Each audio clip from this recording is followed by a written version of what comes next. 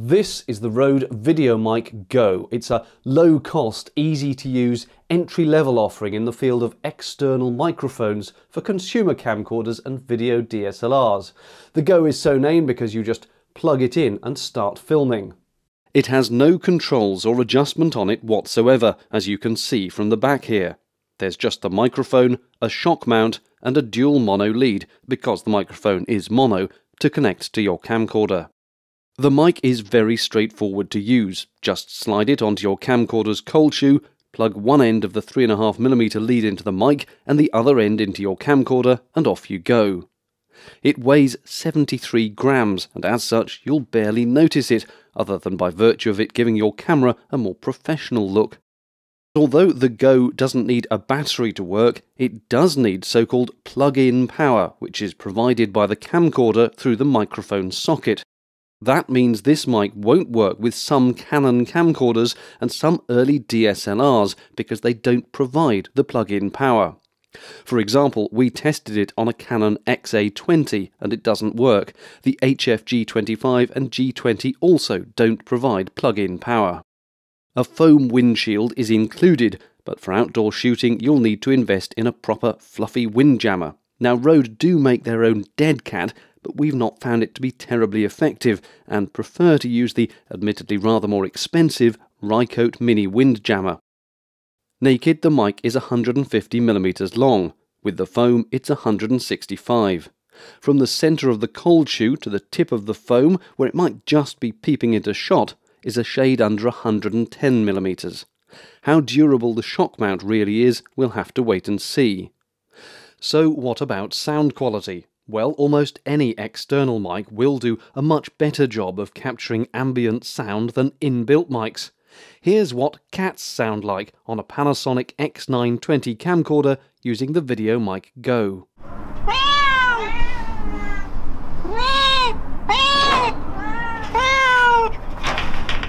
And here's how those same cats sound on the X920's own internal microphones.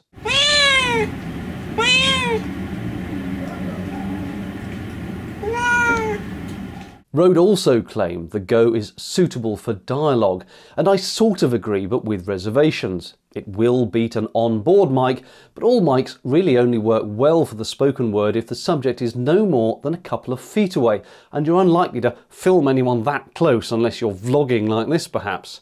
So you'll still be much better off miking a presenter or interviewee with a tight-lit microphone like this one, or a shotgun held up close rather than on camera. Now that said, our vocal test showed a perfectly decent recording sound, which again is a vast improvement over an inbuilt microphone. But for comparison, spend a little more on Rode's VideoMic Pro and you get an even better sound still. Here are some samples which demonstrate the point. I wandered lonely as a cloud that floats on high o'er vale and hill, when all at once I saw a crowd, a host of golden daffodils. I wandered lonely as a cloud that floats on high o'er vale and hill, when all at once I saw a crowd, a host of golden daffodils. I wandered lonely as a cloud that floats on high o'er vale and hill, when all at once I saw a crowd, a host of golden daffodils. If you can keep your head when all about you are losing theirs and blaming it on you, if you can trust yourself when all men doubt you, but make allowance for their doubting too. If you can wait and not be tired by waiting, or being lied about, don't deal in lies. Or being hated, don't give way to hating, and yet don't look too good nor talk too wise.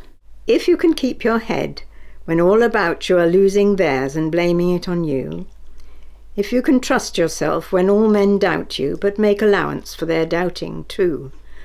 If you can wait and not be tired by waiting, or being lied about, don't deal in lies. Or being hated, don't give way to hating, and yet don't look too good nor talk too wise. The VideoMic GO tech specs include a signal-to-noise ratio of 60 dB, a dynamic range of 96 dB, and a max handling level of 120 dB.